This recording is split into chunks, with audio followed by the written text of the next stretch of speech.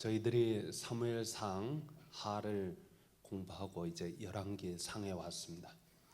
원래 그 히브리 사람들의 성경에서는 사무엘상하, 열왕기상하 이 네 권이 한 권의 책입니다. 멜라킴이라고 해서 왕국기라 이렇게 돼서 한 권으로 굉장히 큰 책입니다. 더군다나 두루마리로 양피지 두루마리로 기록되면 뭐 그거는 어마어마하게 큰 책이라고 할 수 있습니다. 이렇게 큰 책을 AD 한 400년경에 제롬이라고 하는 학자가 이 히브리어 성경을 라틴어로 번역을 하면서 너무 방대하니까 이거를 좀 나눴으면 좋겠다라고 생각해서 이 제롬이라는 학자가 네 권으로 잘랐어요. 사무엘상, 사무엘하, 열왕기상, 열왕기하 이렇게 네 권으로 잘라가지고 이제 내려오던 것을 1500년대에 히브리 사람들도 이스라엘 사람들도 이제 히브리어 성경에서 역시 제롬의 그 자른 것을 그대로 인정을 해서 이제 히브리어 성경도 다 그렇게 이제 잘랐어요. 그러니까 어떤 면에서는 지금 우리가 사무엘상 하를 공부하고 다시 열왕기상 왔으니까 다른 성경을 공부하는구나라고 생각하겠지만 사실은 이게 전부 다 한 성경이다. 같은 이렇게 쭉 한 저자에 의해서 쭉 기록되어진 것이다 하는 사실을 우리가 좀 기억할 필요가 있습니다. 이 사무엘상하, 열왕기상하 이 성경을 도대체 누가 기록했을까? 특별히 이 열왕기상하 뒷부분 누가 기록했을까? 사실은 잘 몰라요. 누가 기록했는지 알 수가 없습니다. 여기 성경에 내가 기록했다라고 이렇게 써놓으면 얼마나 좋겠습니까만은 저자를 밝혀놓지 않았기 때문에 누가 썼는지는 몰라요. 그럼 언제 썼을까 하는 것은 우리가 열왕기하 제일 마지막에 보면 언제 이야기로 끝내는가 하는 것을 보면은 대충 언제 그 후에 썼을 테니까 언제 역사가 끝나는가 보면 그 후에 써야 이 이야기를 쭉 아니까 다 쓰는 거니까 이스라엘 나라가 바벨론의 포로로 끌려간 게 예수님 태어나기 한 600년 전이에요. 600년 전에 예수님 태어나기 600년 전, 그러니까 BC 599년이에요. 빅포 크라이스트라고 해서 예수님으로부터 이렇게 거꾸로 역사를 이제 내려가는 거예요. 그래서 599년에 바빌론에게 이제 포로로 끌려갔다가 여호야긴 왕이 37년 동안 포로 생활하다가 다시 풀려났어요. 그래서 562년 예수님 태어나시기 562년에 예루살렘으로 이 여호야긴 왕이 돌아오는 이야기가 열왕기하에 기록되어져 있어요. 그러면 언제 후에 쓰여졌냐면 562년 후에 쓰여졌다 하는 것은 금방 알 수가 있습니다. 자, 그런데 562년에 쓰여졌는데 그러면 그 후에 아무 때나 쓰여졌을까? 그렇지는 않죠. 왜냐하면 이스라엘 역사를 지금 쓰는 분이니까 이스라엘 역사에 아주 결정적인 사건이 있는데 그 사건을 기록하지 않은 걸 보면 그 사건 전부터 이때까지 이렇게 기록된 거예요. 결정적인 사건은 뭐냐면 남쪽 유다가 완전히 망하는 때입니다. 망하는 이야기를 안 썼단 말이죠. 열왕기하가. 그러니까 BC 536년에 망했는데 이 망한 이야기를 안 썼으니까 536년부터 562년 사이에 약 한 30년 사이에 이 성경을 쓰지 않았을까라고 추측을 보통 성경학자들은 그렇게 추측을 합니다.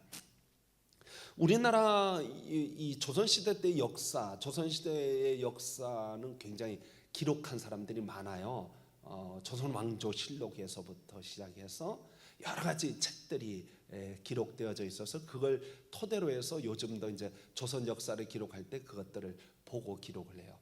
우리나라는 참 이 기록의 문화를 참 잘 남겼다라고 말을 하는데 조선시대 때는 언제냐면 지금으로부터 한 1000년 전부터 쓴 거예요. 그럼 이스라엘 나라 역사는 언제부터 써야겠냐? 3000년 전부터. 대단한 거예요. 3000년 전부터 다윗 왕 시대가 3000년 전이에요.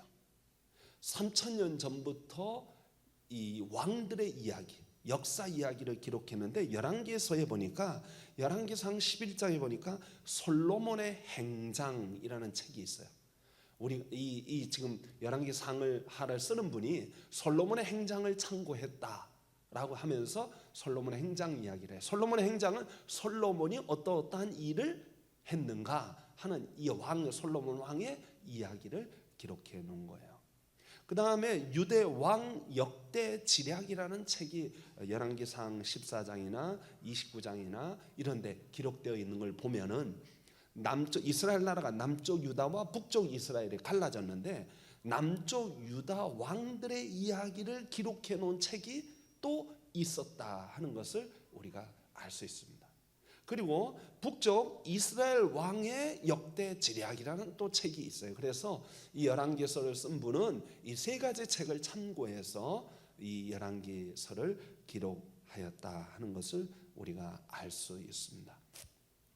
열왕기서를 왜 기록했을까 하는 것을 가만 보면 보통 역사를 기록하는 분들은 왕들의 이야기를 쭉 기록을 해요. 그렇죠. 우리나라 조선 왕조실록도 보면 왕들의 이야기를 쭉 기록하잖아요. 열왕기서는 왕들의 이야기를 기록하지 않았어요. 물론 왕들의 이야기가 기록되어 있기는 합니다.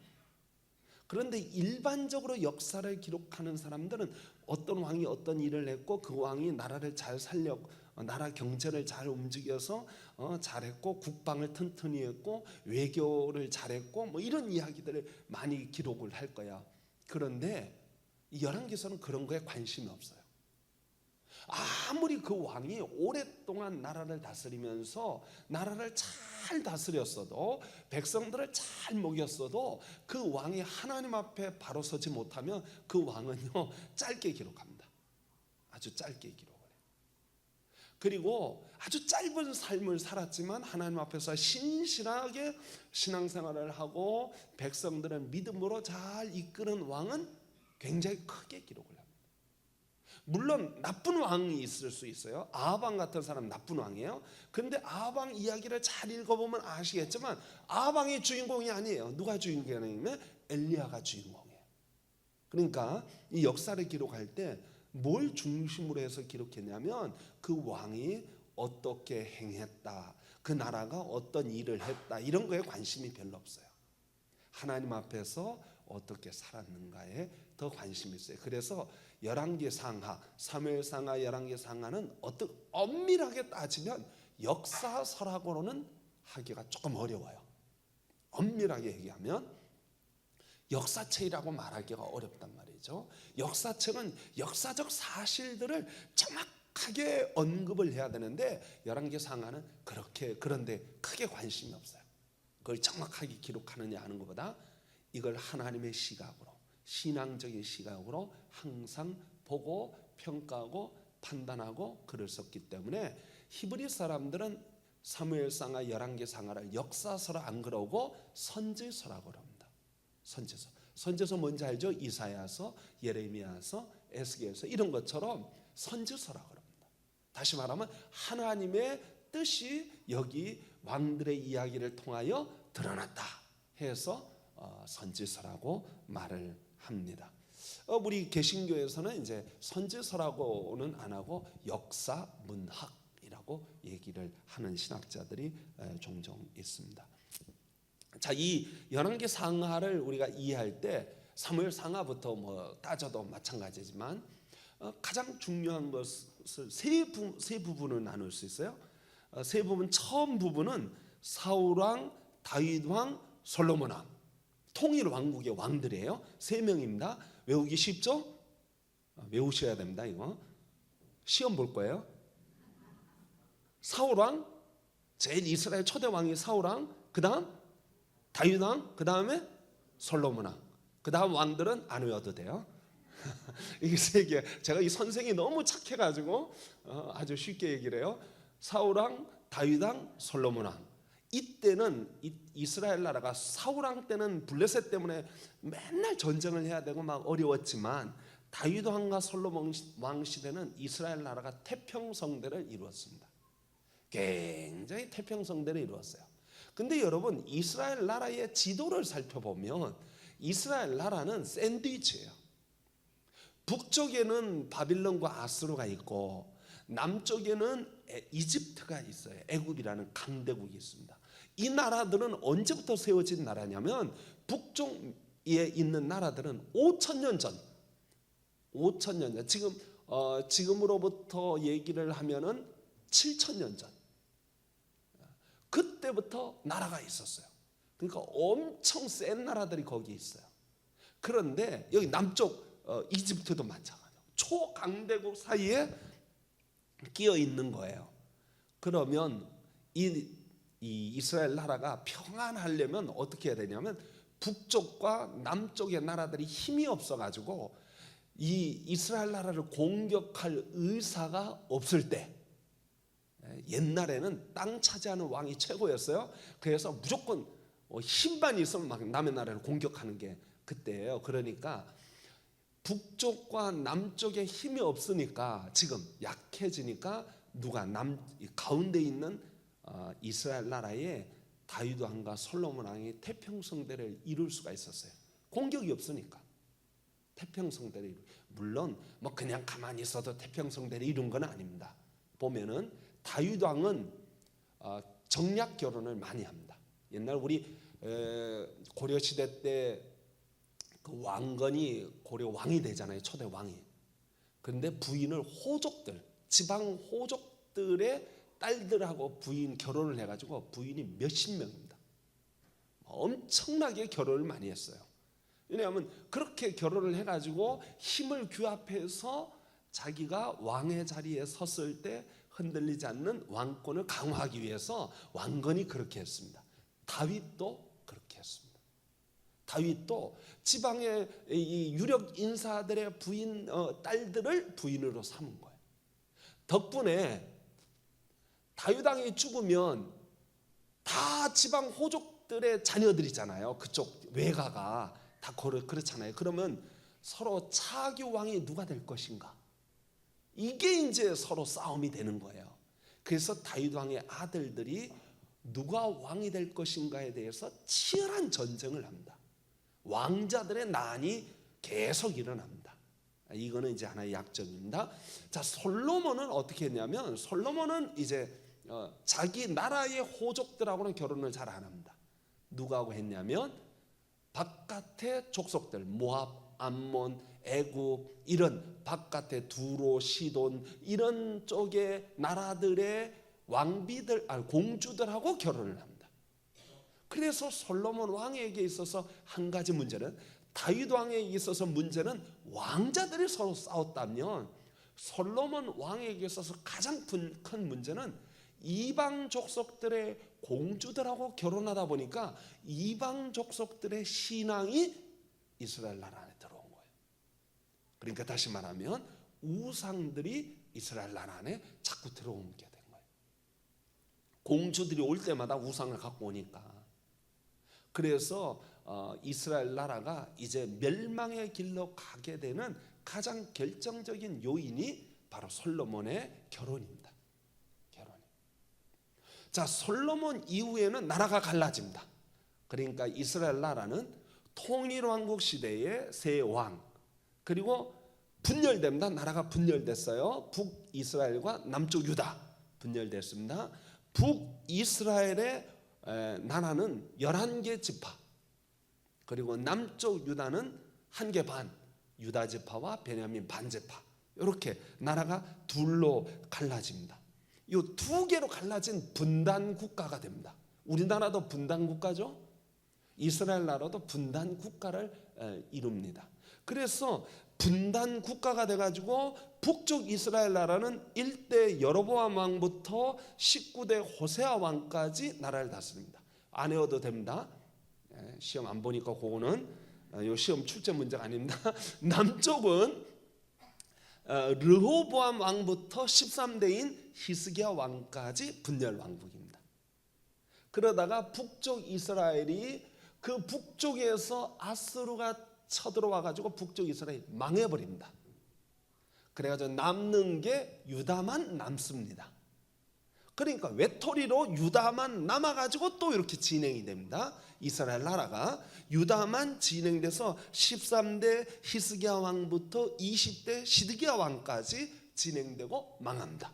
그러니까 자, 이스라엘 나라 역사 전체를 간단하게 설명하면 통일왕국 시대, 그 다음에 나라가 갈라진 분단왕국 시대, 그 다음에 한쪽이 망해가지고 남은 남쪽 유다만 독립돼서 살고 있던 그 시대, 이렇게 되네요. 그래서 이제 망하는 것으로 끝납니다. 그러니까 이스라엘 나라 전체 역사가 어떻게 돌아가는지 대충 그림이 그려지죠. 열왕기서는 바로 그겁니다. 열왕기서는 이 구조가, 이 큰 구조, 통일왕국 시대부터 그 다음에 분단왕국 시대, 그리고 남쪽 왕국 유다 왕국 시대, 이렇게 하면은 열왕기서를 이해하는데 여러분들이 이제 이제 다 역사를 이제 배웠다고 할 수 있습니다. 자, 이 제가 처음에도 살펴보았지만 이 남쪽 유다만 따지면은 약 500년 됩니다. 500년 역사가 500년 돼요. 여러분 500년 왕국의 역사는요 짧지 않습니다. 조선왕조도 몇 년일까요? 500년입니다. 조선왕조 500년이에요. 고려왕조도 500년. 뭐 대충 그냥 정확하게 아니가 대충 500년입니다. 500년. 한 왕조가 500년 갔다 그러면 상당히 길게 간 겁니다. 상당히 길게 간 거예요. 남쪽 유다는 조그만 나라지만 500년 갔습니다. 500년. 북쪽 이스라엘은 300년 갔습니다. 그러니까 이제 이렇게 차이가 좀 납니다. 그렇게 이제 되는데 이 나라 역사를 기록할 때에 항상 왕들의 역사가 아니라 하나님을 왕들이 어떻게 섬기고 따랐는가 하는 역사입니다. 제가 사무엘상하를 말씀하며 사무엘하를 가리키면서 사무엘하 끝부분이 약간 어정쩡하게 끝났다라고 얘기를 했어요. 24장에서 끝나는데 아라우난의 타작마당에서 고소 이스라엘의 재앙이 인구조사했다가 이스라엘 재앙이 멈춘 것으로 사무엘하를 끝냈는데, 가만 보면 그 아라우난의 타작마당이 곧 모리아산 꼭대기고 거기가 바로 성전을 지을 텐데 다윗이 그곳에 가서 하나님께 기도함으로 이스라엘에게 내리던 재앙이 멈추어졌어요. 다시 말하면 아직 성전이 지어지지는 않았지만 하나님의 전의 자리에 가서 기도할 때 하나님이 이스라엘에게 내리려고 했던 재앙을 내리지 않았다. 이건 굉장히 의미 있는 사건이다. 사무엘하를 끝내면서 그렇게 끝났어요. 열왕기서는 어떻게 끝나냐면요, 시작과 끝이 이스라엘 예루살렘 성전입니다. 시작은 솔로몬이 예루살렘 성전을 짓는 겁니다. 그리고 끝은 어떻게 되냐면 바빌론이 예루살렘 성전을 무너뜨리는 것으로 끝납니다. 그 성전을 짓고 시작해서 무너지는 것으로 끝납니다. 이스라엘 백성들에게 성전은 매우 중요합니다. 그들에게 있어서 모든 문제가 생길 때마다 어디로 가서 머리를 숙여야 됩니까? 예루살렘 성전에 가서 머리를 숙입니다. 그럴 때 문제가 풀어지고 열려집니다. 왕들이 하나님 전 앞에 가서 머리를 숙일 때 그 나라는 하나님의 은혜 가운데 보호되고, 왕들이 여호와의 성전을 무시하고 멸시할 때는 이스라엘 나라가 고난을 겪고 어려움을 겪게 되는 이야기가 열왕기서의 이야기입니다. 그래서 성전을 지었다가 성전이 무너지는 이야기입니다. 물론 눈에 보이는 성전의 의미가 무엇이냐, 그리고 눈에 보이지 않는 성전의 의미가 무엇이냐 하는 것은 나중에 좀 더 자세하게 설명해 드리고, 오늘 우리가 이렇게 성경의 열왕기의 상, 아직 이제 오늘 처음 서론 부분으로 간단하게 말씀을 드렸습니다. 이제 숙제 검사를 시험을 보도록 하겠습니다. 열왕기서를 세 부분으로 나눌 수 있다 그랬어요. 세 부분으로요. 기억하시는지 모르겠습니다. 첫 번째는 뭐였죠? 통일왕국 시대. 너무 똑똑합니다. 통일왕국 시대. 두 번째는 무슨 나라 시대죠?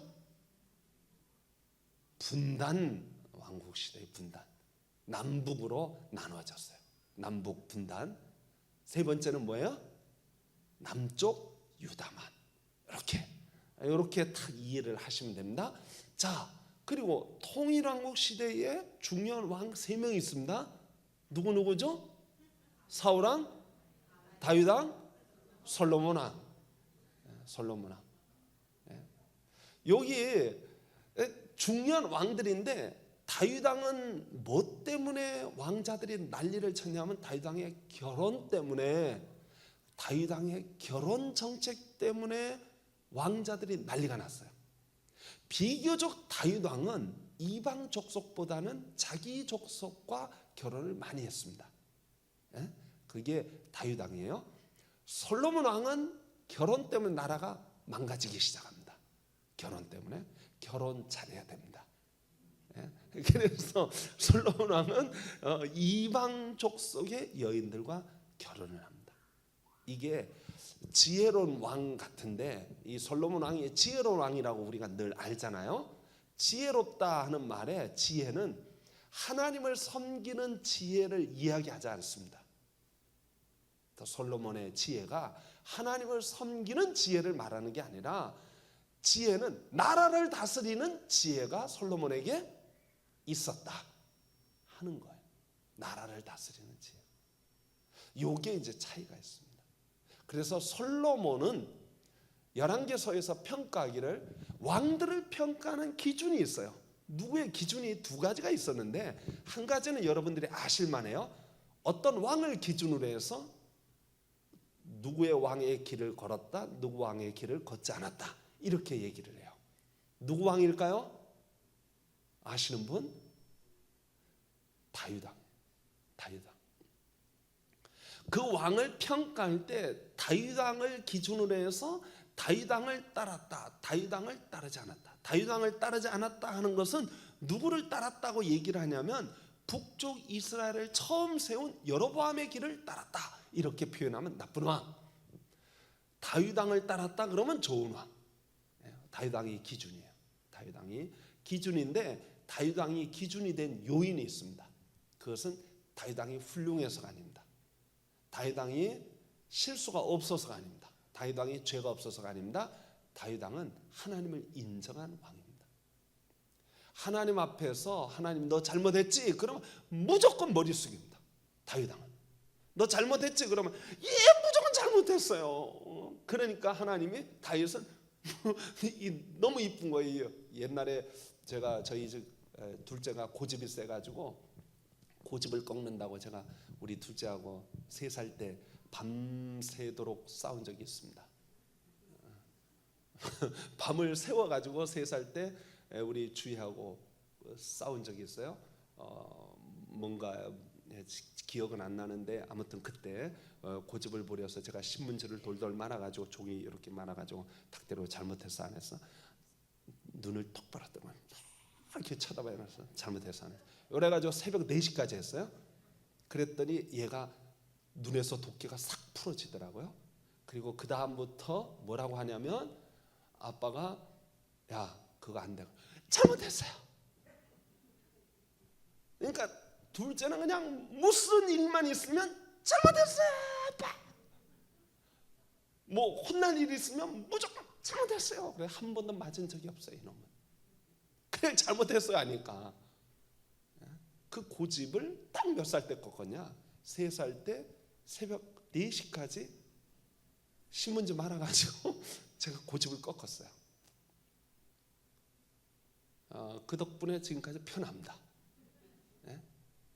그래서 제가 충고하건대 고집은 몇 살 때 꺾자? 3살 때 꺾자. 3살 때 쇼부를 보지 못하면 평생 고생합니다. 저희 집 큰애는 4살 때 제가 꺾었는데, 4살 때 꺾으니까 얘가 조금 문제가 있어요. 3살 때 꺾었어야 되는데. 약간 그런데 이 다윗은 뭐가 있냐면, 문제만 생기면 너 잘못했지 그러면 걔는, 다윗은 어떻게 해요?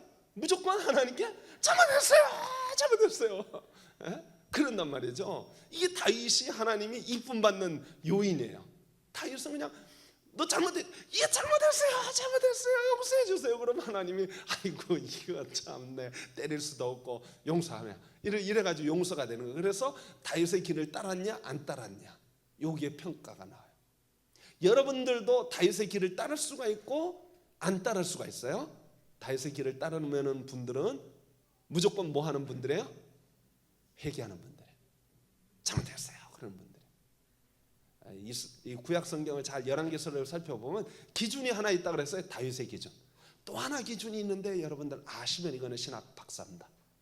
아시는 분이 있으면 굉장히 쉬운 문제인데 아실 수도 있고 모를 수도 있는데, 여호와의 눈입니다. 하나님이 보시기에 좋았더라 나빴더라 이렇게 나옵니다. 쉽죠? 알고 보면 굉장히 쉬운데 모르고 보면 정말 몰라요. 그래서 열왕기서에 읽으면서 여러분들이 볼 때 왕들을 평가하는 기준이 두 가지가 있는데, 하나는 다윗, 또 하나는 하나님이 보시기에 그런 거예요. 성도 여러분, 저와 여러분들이 하나님 보시기에 선한 성도가 되기를 축원합니다. 그건 뭐냐? 다윗의 길을 따르는 거예요. 그거는 다윗의 길을 따르는 거예요. 다윗의 길은 뭐냐? 하나님 잘못했습니다 하는 거예요. 여러분들이 막 의로워서 막 경건해서 거룩해서 하나님이 칭찬하는 게 아니에요. 여러분 성경 보시면 아시겠지만 히스기야 왕, 아사 왕, 뭐 이런 왕들이 굉장히 거룩했어요. 경건했어요. 그런데 다윗의 길을 따르지 않았다라고 표현해요. 하나님 보시기에는 굉장히 좋았어요.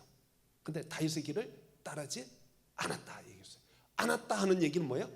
하나님 앞에 무릎 꿇고 회개할 결정적 찬스에 그거 못한 거예요. 문제는 뭔지 아시겠죠? 훌륭해요. 훌륭한 왕이에요. 근데 여기 문제가 생기는 거예요. 여러분들도 항상 우리가 하나님 앞에 겸손하게 머리 숙이고 하나님 나 잘못했습니다 하고 인정하면 하나님 여러분을 선이 대하십니다. 복 주시고 다윗에게 말합니다. 내가 너희 집안을 내가 지켜주겠다. 내가 너희 집안을 내가 인도해 주겠다. 내가 너희 집안을 내가 함께 해주겠다. 다윗을 그렇게 칭찬해 주셨어요. 성도 여러분의 가정에 하나님이 함께하는 축복 있기를 축원합니다. 오늘은 열왕기서의 서론이고 다음 주부터 열왕기서 1장부터 시작할 계획입니다. 기도하겠습니다.